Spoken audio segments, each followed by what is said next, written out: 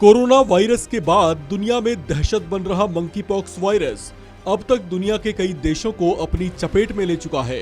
अब तक ये दुनिया के 16,000 से ज्यादा लोगों को अपना शिकार बना चुका है, तो कईयों की मौत का कारण भी बना है। इस खतरनाक बीमारी को लेकर WHO ने एक बड़ा कदम उठाया है। कोरोना महामारी की तरह ही मंकी पॉक्स वायरस को लेकर भी ग्लोबल हेल्थ इमरजेंसी की घोषणा कर दी गई है। शनिवार शाम को मंकी पॉक्स को सार्वजनिक स्वास्थ्य आपातकाल घोषित कर दिया गया।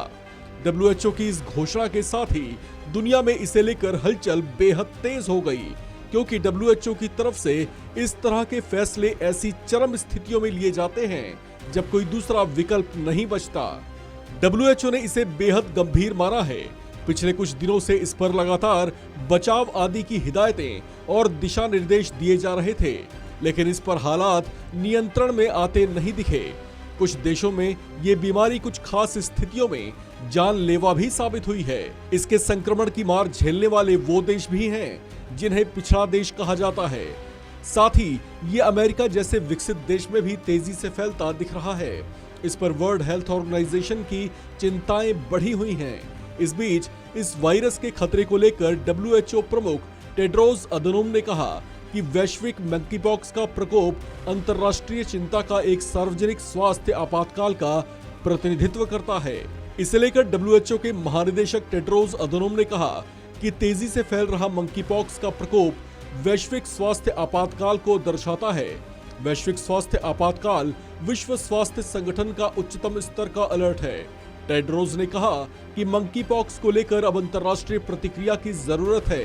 इसके साथ ही वैक्सीन और इसका इलाज साझा करने में सहयोग करने के लिए धन और वैश्विक प्रयासों की भी जरूरत है। जिनेवा में एक मीडिया ब्रीफिंग के दौरान स्वास्थ्य आपातकाल घोषित करने के अपने फैसले की घोषणा करते हुए टेड्रोस ने पुष्टि की कि सीमित आम सहमति तक पहुंचने में विफल रहे हैं।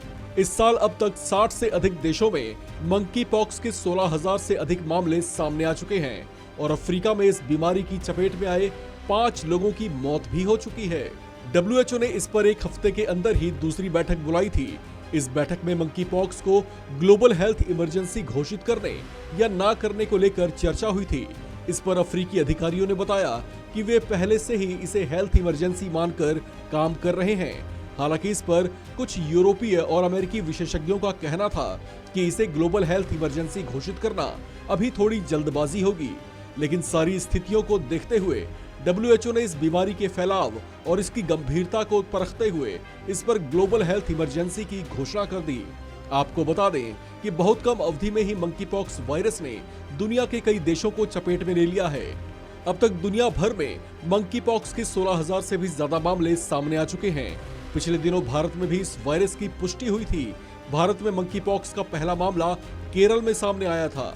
यहाँ UAE से लौटे एक शख्स में इस वायरस की पुष्टि हुई थी, जिसके बाद स्वास्थ्य विभाग तेजी से हरकत में आया और संपर्क में आए तमाम लोगों की जानकारी जुटाकर उनकी भी जांच की गई थी।